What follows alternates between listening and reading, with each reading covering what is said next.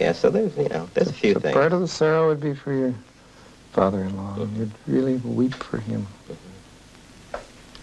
I think I would, you know. And just maybe I still think that I really wish that I could, just say, hey, you guys, you really don't realize what you did to me, Because for a while I just, saying, well, racist, terrible, blah, blah, blah. But that doesn't say anything, because it doesn't say how I really feel, But they wouldn't understand it. They wouldn't understand how a black person could be hurt, because if you don't accept a person as human, how can you think about, like it's like thinking a dog could be hurt or whatever, people that don't have dogs and don't understand that, it's But you'd get some satisfaction out of saying, you people don't realize how much you hurt me. They might not be able to hear that message, but you'd get some satisfaction out of expressing that, out of letting yourself know, letting others know that, God, I've been hurt. Yeah. I've been wounded. I just don't think I could do that because I just don't think that I just don't trust. No. No. I wouldn't do it because I just wouldn't want to give them the satisfaction, Yeah. It's like I feel like, by saying, and maybe that is my feeling. But I have too many times, when, opened up a little bit or whatever and someone says, squash. So there are probably loads of people you wouldn't dare open up to on that.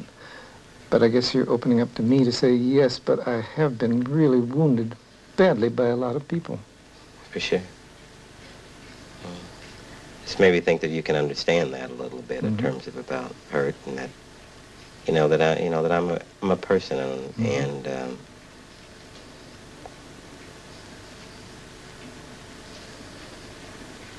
I'm a person.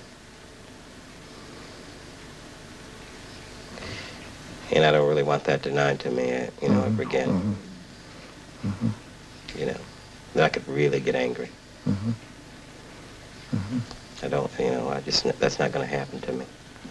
In a way, and I don't want to love anybody like I did my father-in-law again. And for God's sake, that's painful, but I know that's terribly sick too. That you have to love, you have to continue to love people or whatever. But at that time, it was the only thing that was productive. It was the only thing that was something that was, this Fromm talks about biophilic. It was growth. It was nourishing. And that was the only thing, and that was just taken away from me. And it was taken away from me just like that. It was just really strange, So that's been a hurt and a shock and makes you feel, I can't risk myself loving somebody else like that because that might disappear somewhere or other. For sure. For sure. For sure. I certainly don't want any more in-laws. Be they whatever color. I'm not sure I want them now, And I think that's a part of it. More so than risking loving somebody just because of the death I know is inevitable. But it's that other collection of things around it or whatever. But it's crazy. It's what? It's crazy to love, it's just like loving a pet rock or something, or something. Nothing, A love goes out from me, but nothing comes back. Right. And I'm not so sure that I want it to work like that again, And maybe saying that, I don't know, maybe, calling and say, hey, I really was hurt and everything like that or whatever. Maybe that would be a start or whatever. But I just don't really trust that they really understand that. I don't really. It took my wife who lived with me for 7 years, after left maybe 6, 7 months to understand that I was hurt, that I was desperate. Do you feel there's so little chance of anyone else really understanding you? That sounds kind of, yeah. Well, it's a little chance for that group of people understanding me. Okay. And I believe it. I really believe it. It it would be like me trying to understand or to tell Dick Nixon or something about my feelings, and I just don't think he could relate to that. You know. And I'm using, and I'm really serious about that example because he's so far away from me and my reality. And that family, you know, I found out it was so far away from me and my reality that, you know, it was insane, you know. It was really insane, you know. So I think at one level I feel okay for loving them. You feel? Okay for loving them. I see. But I don't feel okay for sharing any more with them. And sharing that hurt is just, you know, and maybe sharing it with other people would be okay.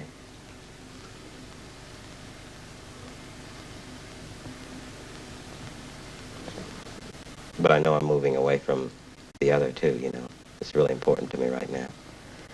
And I don't know, maybe I won't. I'm not rushing it. It just seems to want to get out and jump out or whatever. But, you know, it's really, must have really gone through, my body really must have gone through some changes or whatever because, you know, something there is just keeping it down.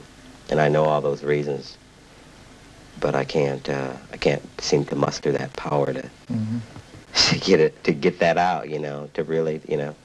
It's still too much locked in. Yeah, for sure. But it really helps, you know,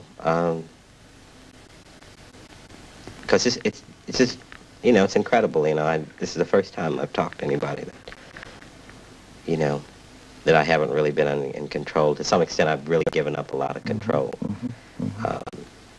to you.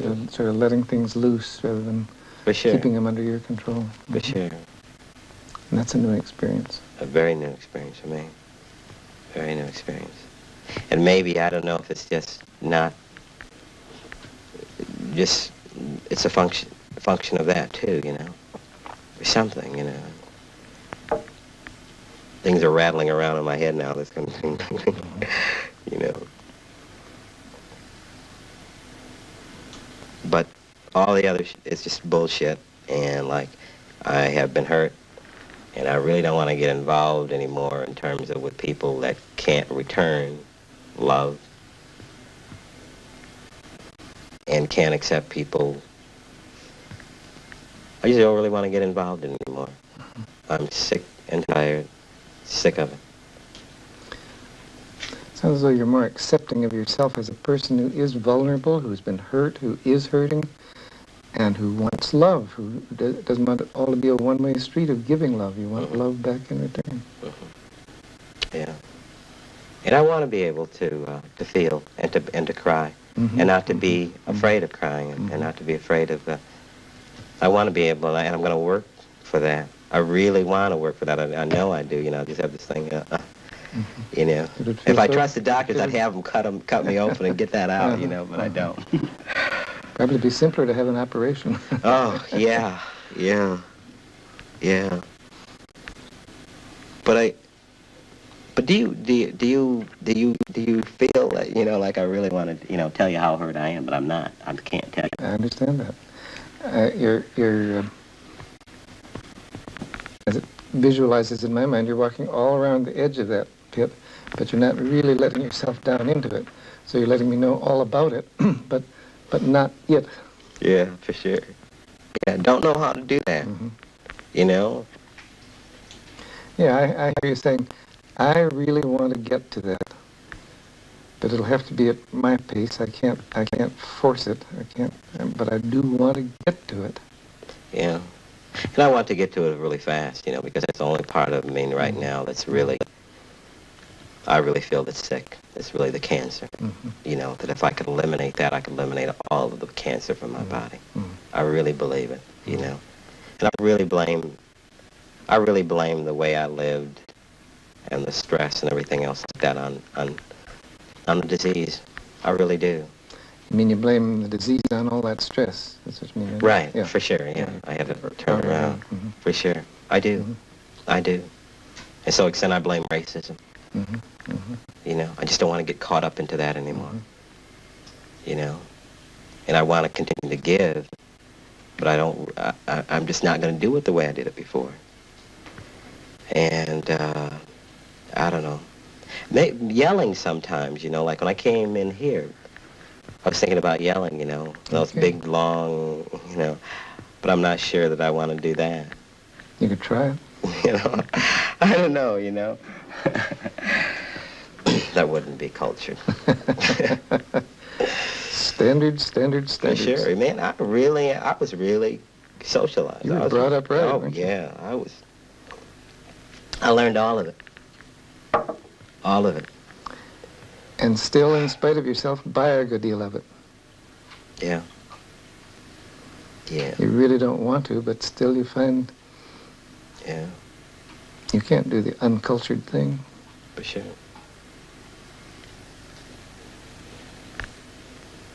Yeah, the standards, I guess, and that are really foreign to me. But the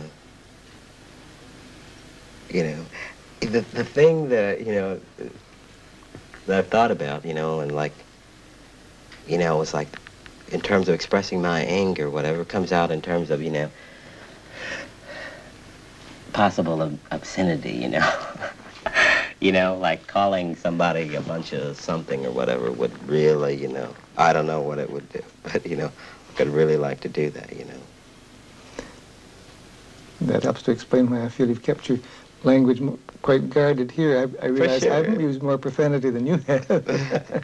For sure, it's not because but I don't know. It's just a part of that, like I was just... You'd like to just tell off the bastard. Yeah, right, for sure. Oh, my goodness. You can't even do that? Oh, it's incredible. I don't know. Phew. I'm getting warm. Both inside and outside. Yes, right. I'm getting extremely warm. Mm-hmm. Yeah, maybe I'll be able to do it one day, I guess. Maybe I'll be able to do it. I really haven't used, but see, when I get out of here, I'll use a lot of profanity. Mm-hmm. I don't, just in terms of, like I think I did, when I was really angry talking to my wife and things like that, where I was just, God damn it, and all of that, bastards and some other things, and like, I was raised properly, yeah, but I think part of that would be a part of expressing my feelings and everything like that, It wouldn't come out in nice, polite language. No, it wouldn't. It really wouldn't. It really wouldn't. To my teachers that I had, to the family that I had, to a lot of my colleagues, and others.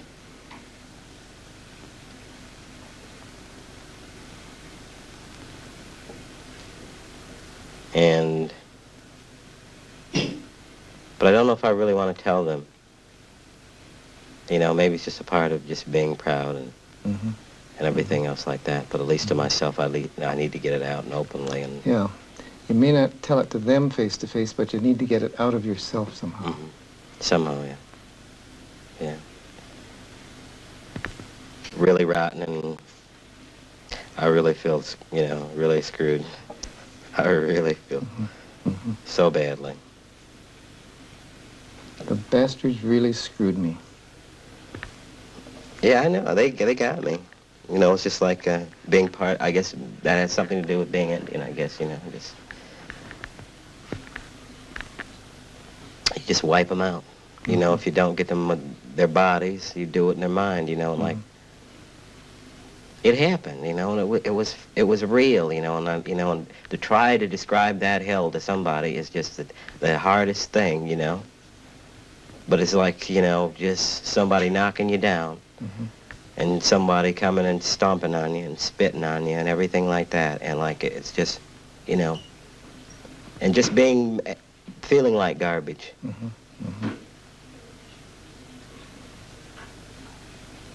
And I have a feeling that people have made me feel like garbage, and like, I'm sure that my friends would say, God, I had everything. But I didn't have everything. I didn't have everything. Certainly didn't have that respect as a person. But there were a lot of people who, though they may or may not have beaten you physically, treated you in a way that just trampled on you and beat you up and spit on you and made you a nobody, a piece of garbage. And it won't happen again. Not if I can help it. Mm-hmm.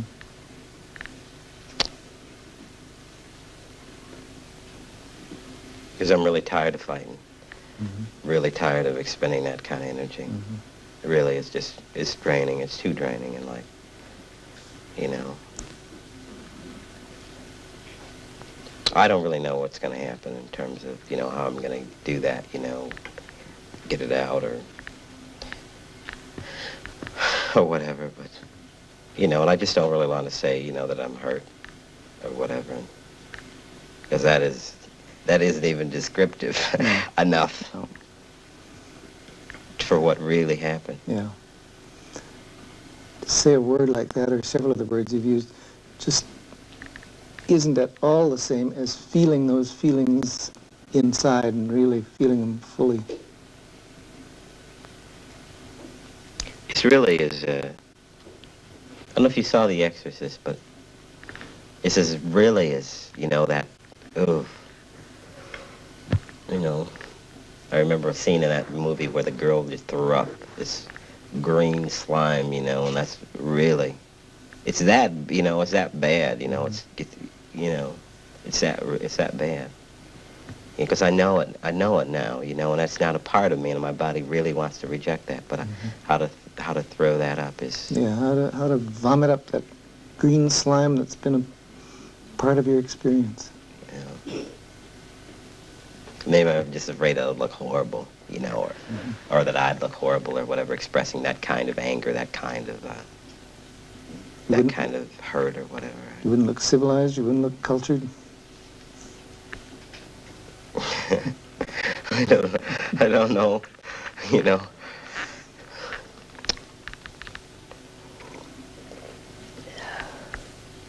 I don't really know. But right now, more than getting that out, I think the overriding thing is that I want to keep at least the control, to control that for fear of, you see, I don't really want to get sick again, you know, and like I think the slightest, you know, just by being weak, by submitting to that kind of pain, and somehow bring back my. So you wonder about that, whether if you let out all the hell that you've experienced inside, it might bring back your illness. And that doesn't sound logical, does it? I know that. Okay. Thank you very much. Oh God, what a.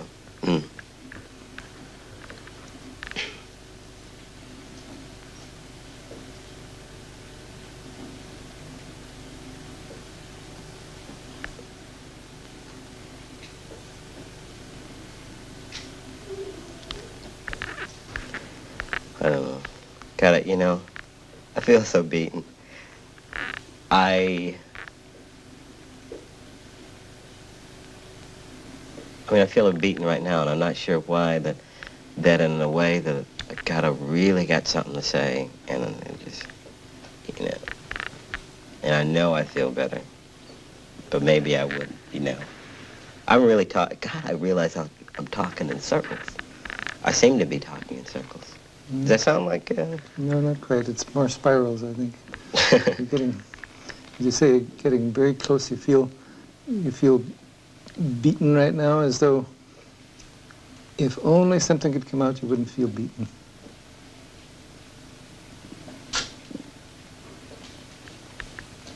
Yeah.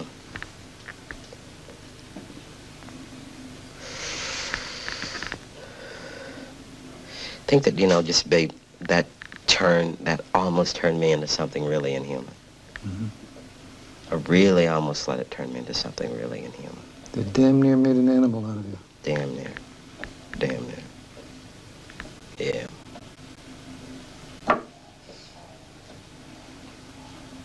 So you see that I don't want that to happen anymore. At all. Not gonna do it to me again. No. That's very clear. No. And I know that doesn't help the other problem, but at least I know that. And I really do know that, you know. Because I don't think anybody has a right to do that to anybody. Nobody. Teacher, wife, husband, whatever. And it really wasn't my fault either. And like, I'm not the blameless. I'm not without any blame or whatever, but, just like somebody took a big goddamn tree and just rammed it up. Oh, so, hard to describe, Took a great big stick and rammed it up your ass? Is that what you're saying? I didn't say that. Is that what you meant? That's what I meant. Okay. That's what I wanted to know, whether I was catching your meaning correctly. Yeah, for sure. And you know that probably would be painful. And it's that kind of pain that you've suffered. Yeah.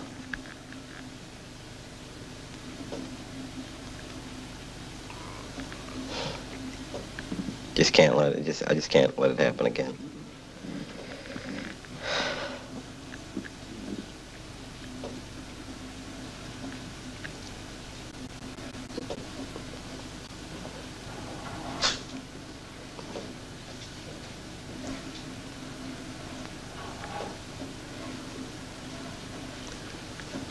I am really, I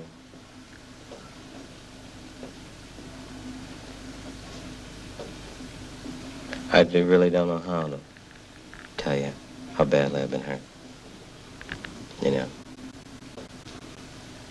I really don't. Goes beyond words. Yeah. But I know, it's there, and like maybe I should attend to it a little bit more. But God damn it, just, oh. You're feeling some of that hurt now. Yeah, I am.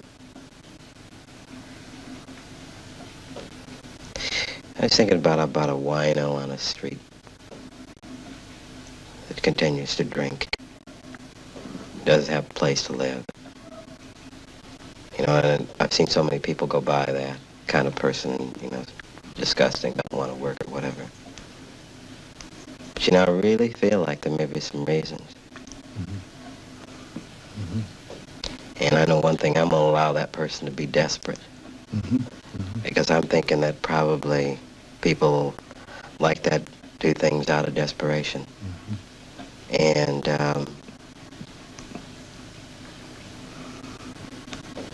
because I know, I never really had a drinking problem or anything like that, but it's that kind of sensitivity that I've gotten from all of that. Well, it seems to me that you're feeling that you know what it's like to be in desperation, and you know what it could drive you to, and so maybe that's what's happened to some of them. Something like that. For sure. For sure. And I think that I think my heart goes out to people like that. People that can't afford to do this or whatever. And because, see, I had a lot of money and, and all left. And, but in a way, I'm happier now, But I really don't know. Not sure really where to go next. But I know that I don't really want that kind of life anymore. That I want to give, I want to help, and I want to talk to people or whatever.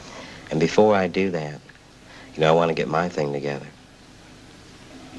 And a part of that is just maybe admitting, and I guess maybe admitting that I'm hurt and showing and expressing my hurt or whatever will reaffirm the fact that I'm a person. Mm-hmm. Mm-hmm. Because a part of not, I think, showing that is, putting myself up too high. And that's what everything I don't was. feel it. I don't hurt. I'm fine. For sure. But at least I admit That's a lot to of you that I'm bullshit. hurt. Yeah, that's right. Mm-hmm. And just for a moment there, I felt you really were experiencing that too, really feeling that stick shoved up your ass. Oh yeah. When how your natural reaction, when you start feeling stuff like that, or at least when I do, I just kind of, I got to put it all out of my mind, bring it down to a different level. Yeah. And I think that's what I'm doing. I keep doing, That's when right. I get to the point. You Got to bring it to a safe level. Get that close to the pit, and then you pull away a little. For sure. Is it all right to have everybody else to blame? For your problem, and instead of sharing some of that. But I share it. I think I shared that. I think what you're saying is, I feel as though, damn it, everybody else is to blame. My mind says, oh no, you probably have a part in it too. Sure. But Sure. your feelings are. Yeah.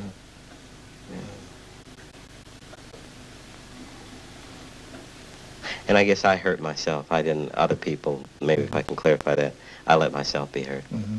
Mm-hmm. Because I just gave too much. Mm-hmm. You made yourself vulnerable sometimes. Really. Mm-hmm. And not sometimes. Most of the time. Most of the time. By being. Just by being. By sharing. By being there. By giving. And really loving. Because I do have that sense of a total, that just, I want to love. That's my nature. Mm-hmm. Mm-hmm. But, I'd really never been this beaten. I never, never have. I want to be clear about your meaning. You've never felt so much of being beaten as you do right now? Is that what you're saying? Well, through this whole thing, Yeah. Just beaten, just really beaten. And I think that if I show you how much I've been beaten or whatever, like I'd probably, become nothing in this chair, just, But you might practically disappear if you really let, how hurt and beaten and awful you For feel. sure. I could tell you some times, it would just, maybe blow you away,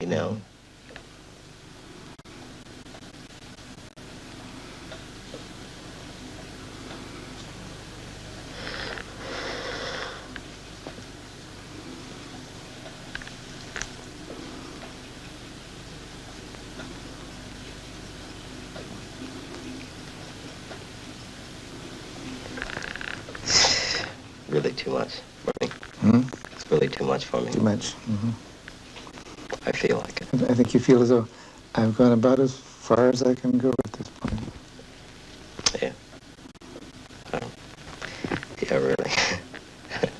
When I start smiling, I know I am. Mm-hmm. I'm taking a drink of water. For sure. Well, but I'm being truthful about it anyway. Yeah. Yeah, I feel too. You've walked around that pit of hurt and pain and beatenness, and you've felt some of it, and but perhaps that's as far as you can go right at this moment. Even though you know there's more there, you know that you're keeping some of it down, and to know those things may be helpful too. Yeah. You see, because I can talk about this leukemia and all this stuff and everything like that. And like it's, Very fascinating. And it's easier to talk about leukemia and the possibility of death and all that than it is to talk about all the hurt and awfulness that you've suffered. Yeah.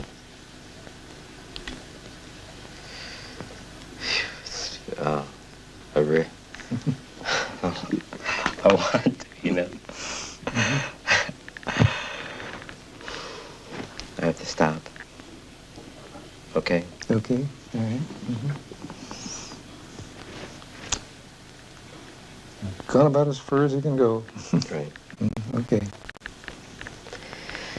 We'll call it quits.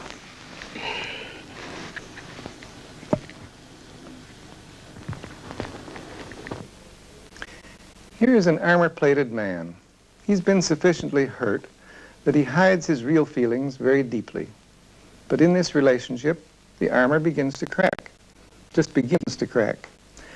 He says this is the first time that I've ever talked to anybody that I haven't really been in control. So in this understanding climate, he lets himself creep closer to the experiencing of his feelings. My image is that he's walking all around his own private slough of despond. We find the upper layer is anger, but further down in the slime are the unspeakable hurts and the feelings of being tromped on, defeated, and humiliated. He gets so close to experiencing some of this that his expressions become eloquent, nonverbal communication. Ooh, whew, oh, whew, I've got to stop. I feel that at that moment he put his foot into this dreaded pit, but then he has to draw back. I don't regret this. I regard it as demonstrating the wisdom of the client. He knows where the worst spots are in his experiencing. He knows what he can tolerate. He has to proceed at his own pace. Along the way, we see how powerful metaphor is in the deeper ranges of psychotherapy. Metaphor is so much more expressive than an intellectual description. The lump in his throat, the ability to speak from up here and not from down there, the goddamn tree stuck up his ass, the green slime that must be vomited, they all speak vividly of his feelings without naming those feelings. From an intellectual and theoretical point of view, there are bits that fascinate me. His introjected self is his cultured self that quotes credit to his race. It has little relation to the real feelings in which he could discover his real self. Another bit. He reports very convincingly that if he let his feelings all out, it would make him sick again. But hearing those exact words spoken acceptantly by me makes him realize it's a ridiculous view. To me, that's a fascinating interchange. There's another bit. When I give him full permission to be as angry as he wishes, that stops him completely. Then he can no longer avoid the fact that it's not his anger that he's afraid of, but the hurting and vulnerable part of him. Then there's the mourning, which accompanies unexpressed love, the love for his father-in-law, which he was never able to communicate. I think he gained from communicating it to me. Finally, he makes it very clear that for him there are many more frightening aspects of his life than the prospect of death. Somehow, this seems to contain a message for all of us. As for me, I felt very present in the relationship, an understanding companion on this trip of exploration which seemed so potentially dangerous to him. I think it's a good example of how I work with an articulate client.